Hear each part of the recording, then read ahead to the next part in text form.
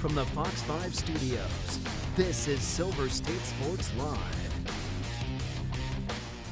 Welcome inside Silver State Sports Live, the first of its kind daily live sports show, keeping you locked in on all the latest happenings across the valley. I'm Mike Davis. And I'm Mariah Janos. Today's show is all about three things: trades, and more trades as DJ Moore heads to Buffalo. What other receivers could the Raiders target? Plus, A's GM David Forst isn't closing the door on 2018 draft pick Kyler Murray. But first, we start with the news that broke bright and early this morning. The Knights have made another move ahead of tomorrow's trade deadline. Vegas GM Kelly McCrimmon announced that the team has acquired forward Nick Dowd from the Washington Capitals in exchange for goaltender Jesper Vikman, a third-round pick in the 2027 draft and a second-round pick in 2029. So who is this guy? What does he bring to the table? Well, let me catch you up real quick. Dowd is considered an elite defensive forward, starting over 70% of his shifts in the D zone. He's known for being one of the best shutdown fourth-line centers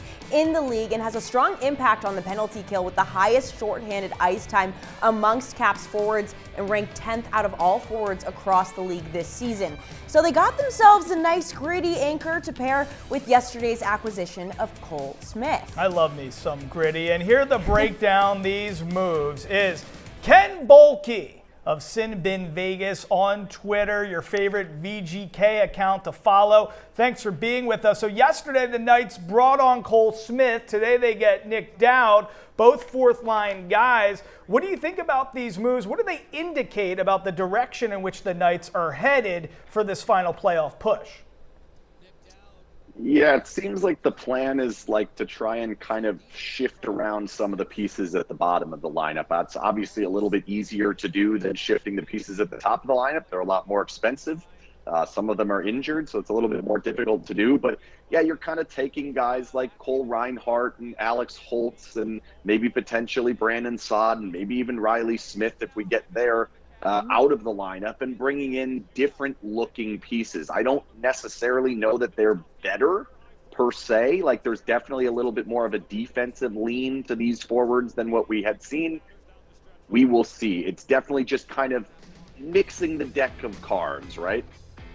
Yeah, for sure. Now, the Knights' post-Olympic fatigue had seemed to set in, getting crushed by the Caps, Penguins, Sabres, but they staged the late OT win over the Red Wings last night. How crucial were those 2 points? Yeah, I mean, it would have not been so good coming back with 4 straight losses in regulation. Just getting that game to overtime was pretty significant. To then get across the line, the great play in overtime by Braden Bowman to put that puck down and earn the penalty that got them the situation in 4-on-3 in overtime that helped Hurdle score the goal. They're big. Like they're in an interesting race because it's like the division is so bad that literally every single team in the division would be on the outside of the playoff race if they were all in the other conference. Luckily for the Golden Knights, they're not. They are in the Pacific, so they lead the Pacific, but it's really not a good division. Maybe the worst we've seen in like multiple decades. Wow. So it's kind of taking advantage of that is nice for the Golden Knights, and that's why like these points do matter and they have to keep accumulating them. But like we have to be a little bit careful to understand like what does first place mean in the Pacific. It's not exactly the same as a first place that we've seen like in years past where the Golden Knights were pushing for President's trophies. They're a long way off from that. Okay, yeah, I like that nuance there. Okay, one more question for you, Ken. I mean, listen, GM Kelly McCrimmon, this guy loves to wheel and deal. Nobody wheels and deals more than this guy. Any more moves on the horizon? Or are we finally done? Or are we going to have to bring it back on tomorrow to talk about a third acquisition, a third move? We never say it's done until like an hour and a half after the deadline. Because I don't know if you guys know this, but the NHL still uses fax machines. So the deadline's actually noon tomorrow, but they Are you serious? Are you actually fax kidding? machines. Yeah, I'm not joking. Yeah, they do. And then there's trade calls, and they have to get it all right. And one time they messed it up a few years ago with the Golden Knights, and a guy that got traded had to go back, and it was a whole disaster. So even though the deadline's at noon tomorrow, it may be until like 1 that we actually know. And I'll tell you, just keep an eye on it, because it would not surprise me if the Golden Knights make another move. It wouldn't shock me if there's another defensive player, if they go for a goalie. It wouldn't even shock me if they end up with another forward. So I do think it's still possible, but also because the way that this goes, wouldn't stun me if they are done. And these are the 2 moves, and they're going to go forward with just these 2. Okay, well, if something happens, we'll ask you back tomorrow, but we're going to ask you via fax. Is that okay? Yes. I will send my fax number over, and please send that. I will reply promptly 4.5 hours later. Perfect. You know, I kind of blame Canada for the fax situation. Yes. And when in doubt, blame Canada. You just gotta. Always. The Knights silver medalists. Silver medalists. Exactly. The silver, never the gold. Okay. And the Knights are going to be right. without Mark Stone for at least their next 2 games as well. Vegas putting him on IR after suffering an upper body injury on Sunday, so we'll keep an eye on that as well. Thank you so much, Ken. We'll talk to you soon. Thanks for having me. All right, well, still to come here on Silver State Sports Live. Final reports from this week at A's spring training. We have Kevin Bolinger there, and we're going to hear a little bit about how the Athletics are feeling as Big League Weekend approaches. And don't forget, the Silver State Sports and Entertainment Network is your home for the most live local sports this weekend. You can catch some NLL action as Las Vegas Desert Dogs head to Halifax, for a date with the Thunderbirds. That's Saturday at 6 p.m. right here on the Silver State Sports and Entertainment Network.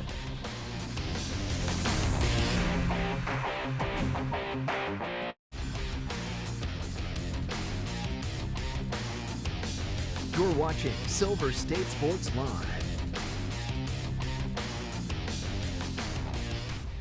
All right, well, you are taking a live look right now at Las Vegas Ballpark. That's where we're going to have Major League Baseball on tap this weekend in Southern Nevada, as the A's will take on the LA Angels, all a part of Big League Weekend. And if you can't make it down to the ballpark, well, we got you covered. You can watch all the action on Fox 5 Las Vegas, our sister network. That is Saturday and Sunday, both games scheduled for 105.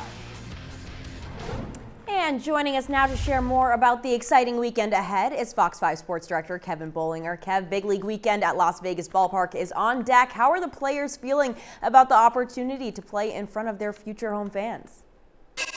Yeah, the players are really excited to get to Las Vegas. They've got a lot of things planned besides the baseball game. A lot of them are going to be going over to the Golden Knights game on Friday night at T-Mobile Arena just after they arrive. But most important, they did talk about getting out in front of the fans. They're excited about 2028, and a lot of these A's players actually came through Las Vegas and played for the Aviators at one time or another, so they're familiar with the area, they're familiar with the baseball fans, and they kind of want to feel the buzz about the A's coming to town, and they think that they're going to get that at Big League Weekend.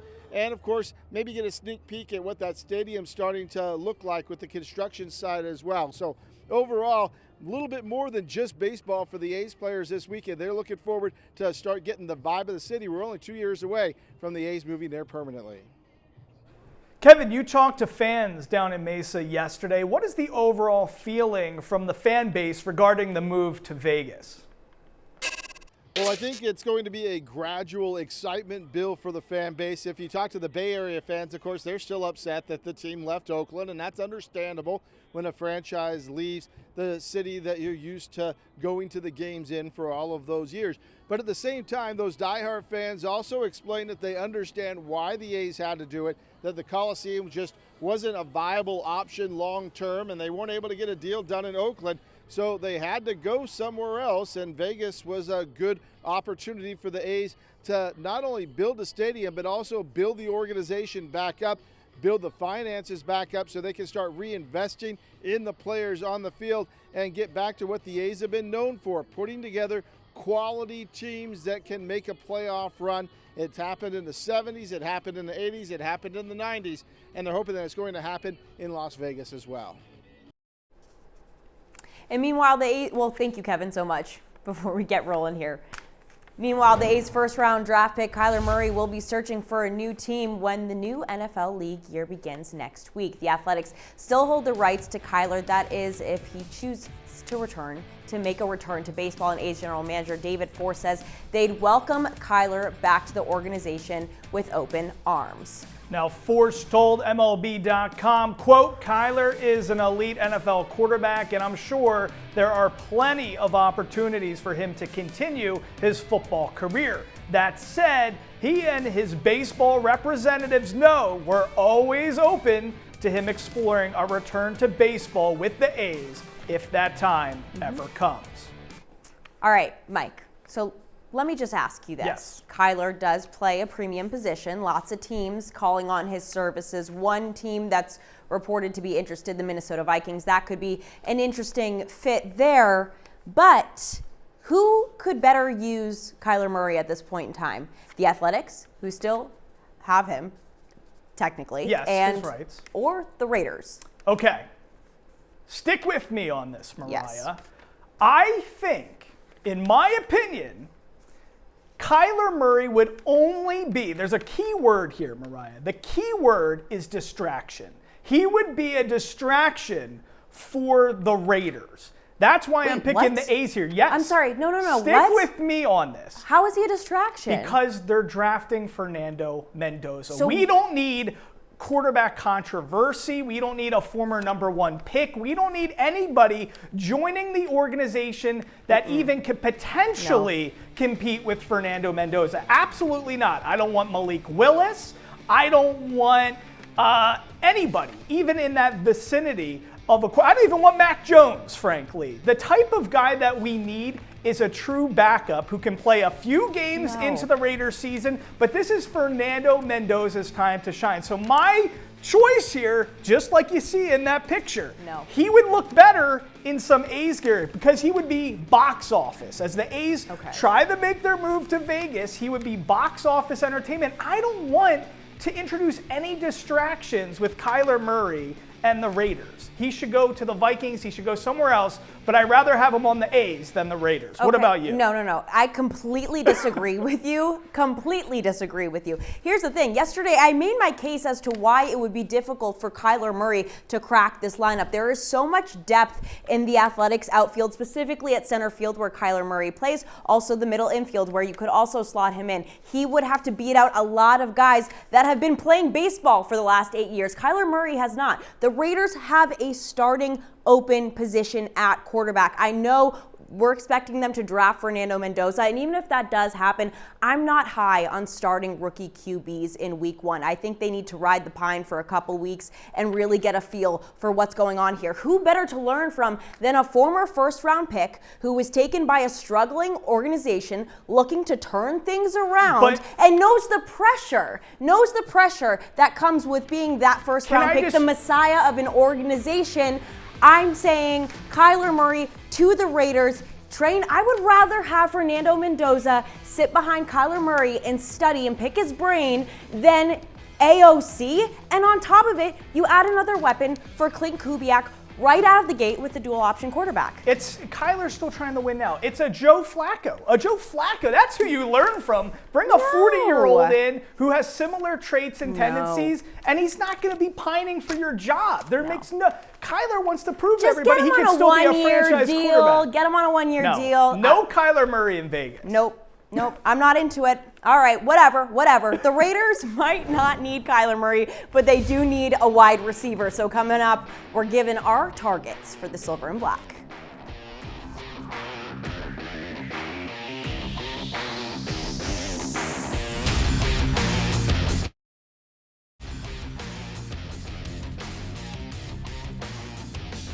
You're watching Silver State Sports Live.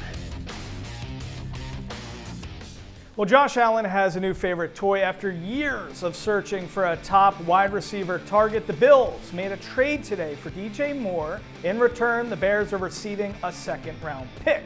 Now, Raiders fans are keeping a close eye on this one as the Raiders are in the business of needing some pass catchers. So I'm curious, Mariah, there is an obvious need here. Yeah. Who should the Raiders target at that position? Okay, so I'm looking to Indianapolis. Looking at the Colts roster, Alec Pierce is about to hit the free agency market. This guy just racked up a 1,000-yard receiving season. And by the way, he's averaging 21.3 yards per reception, which is absolutely insane. He's leading the league with that. The Raiders need someone that can stretch the field. To me, he jumps out. He may be asking for a steep price, upwards of 20 mil, but the Raiders have the second most cap space in the league at the moment. Why not spend it on a nice target for, well, we were just talking about Fernando Mendoza coming to the Raiders. He's going to need all the help he can get. And I mean, for the last 2 seasons, Alec Pierce has put up these insane numbers with the yards per reception, and he's done it with, this past season, Daniel Jones, Phillip Rivers, Riley Leonard, and the season prior to that, Anthony Richardson and Joe Flacco. So if he can get it done with those guys and be that productive with those quarterbacks, I think with someone like Fernando Mendoza, who has shown he is capable of striking downfield, why not let it rip? Right? What do you think? Who are you looking at? I'm not big on Pierce because I think his numbers are they don't tell the whole story. What is the whole story? He only had 47 catches. Yeah, that's even more impressive. He was able to turn 47 receptions into 1,000 yards. Which I don't love because I think Jonathan Taylor had a tremendous year. You have Pittman there. You have Downs. They had a great year, the Colts. I think he busted out a lot of long coverage, and just he stretched the field. And but that's what he's supposed to do, but that's not a number 1 wide receiver. You don't pay 20 or 25 million for that. To me, when you're a little kid, when you're a baby, maybe you hold on to your pacifier, right? Maybe you hold on to your blankie, right? A blanket. You call it a blankie. Well, to me, Fernando Mendoza, as a baby coming into the NFL, being the first overall pick, who's going to be his pacifier? Who's going to be his little blankie? It's not going to be Alec Pierce. He's not talented enough and doesn't have the pedigree for that. We already have a white second-round receiver on the team in Jack Besh who can do the same thing. They have the same measurables. So what is he going to have as his blankie, as his pacifier? It's going to be Brock Bowers. That's going to be the guy for all time for him. But there's still an opportunity for him to get somebody who's a future Hall of Famer who could come on a 1-year deal. Maybe you pay him a little bit more. You don't have to give him all the years you'd give Alec Pierce, but you bring in a guy like Mike Evans. Oh my God. Now talk about consistent. Alec Pierce has been in the league for 4 years and he had 1 season. 2 seasons. 1 season where he had 1,000 yards catching this past year when they break out the Colts. Mike Evans, 11 seasons in the NFL of straight 1,000-yard season. The only year he didn't do it was this past one when he had a broken clavicle. The dude is amazing. 6'5". Look at that extension. Look at that ability. That's a sexy catch right there. If we bring him to Vegas, that's a guy who not only can perform and be productive for the Raiders, but he can also teach Fernando Mendoza a thing or two. And I love that. So to me, it's all about Brock Bowers for the future, but in free agency, like Mariah said, spend some money, use it on the O-line, and maybe throw a little cash at our boy Mike Evans. Yeah, I think the caveat, which was what we've also been talking about, is with free agents, they also have to want to come here. So the Raiders have to make some pretty appealing sells here. He already won that Super Bowl, that ring with Brady in Tampa. So maybe he doesn't care as much about winning. I don't know, maybe. All right, well, the Max Crosby trade watch continues. Revealing which teams are out and which are in when it comes to that price tag of 2 first-rounders and a player. Pretty steep ask. NFL insider Jordan Schultz saying that the Raiders are becoming more and more open to trading the star edge rusher as the situation intensifies. Meanwhile, Raiders' all-time leading passer Derek Carr advising against a Mad Max exit from the organization. That was today on his podcast, Homegrown. All right, shifting to the hardwood as the world waits for the WNBA to strike a deal with its players. A couple Aces players are staying sharp, and it goes beyond the unrivaled league. Chelsea Gray and Jackie Young will both be playing with Team USA for the upcoming FIBA World Cup, as well as former Aces Dearica Hamby and Kelsey Plum. In news today, Vegas native Ray Burrell of the LA Sparks will be on the team as well. Burrell is a Liberty High School grad.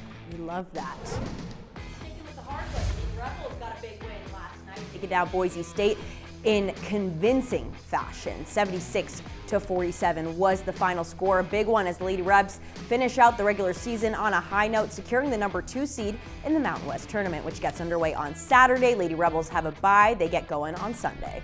Okay, and let's hope these good vibes keep going tomorrow night. That's when the Runnin' Rebels close out their regular season on the road at San Diego State. Josh Pastner's squad has been rolling of recent, winning 6 of their last 8 games. Tip-off against the Aztecs is set for 7 p.m. And coming up, producer James is excited about this one. We love getting him in the mix. We're talking Nick Kurtz, Jacob Wilson, and the good news they received on the video game front. That's when Silver State Sports Live returns.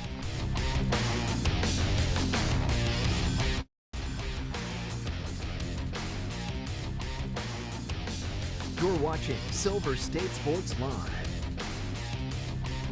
Okay, big Vegas sports weekend ahead. The Knights and Runnin' Rebels at 7 p.m. Friday. The Knights at home, the Rebels on the road. Then on Saturday, the Desert Dogs at Halifax. And Sunday, the Golden Knights welcome division rival Edmonton Oilers to the Fortress.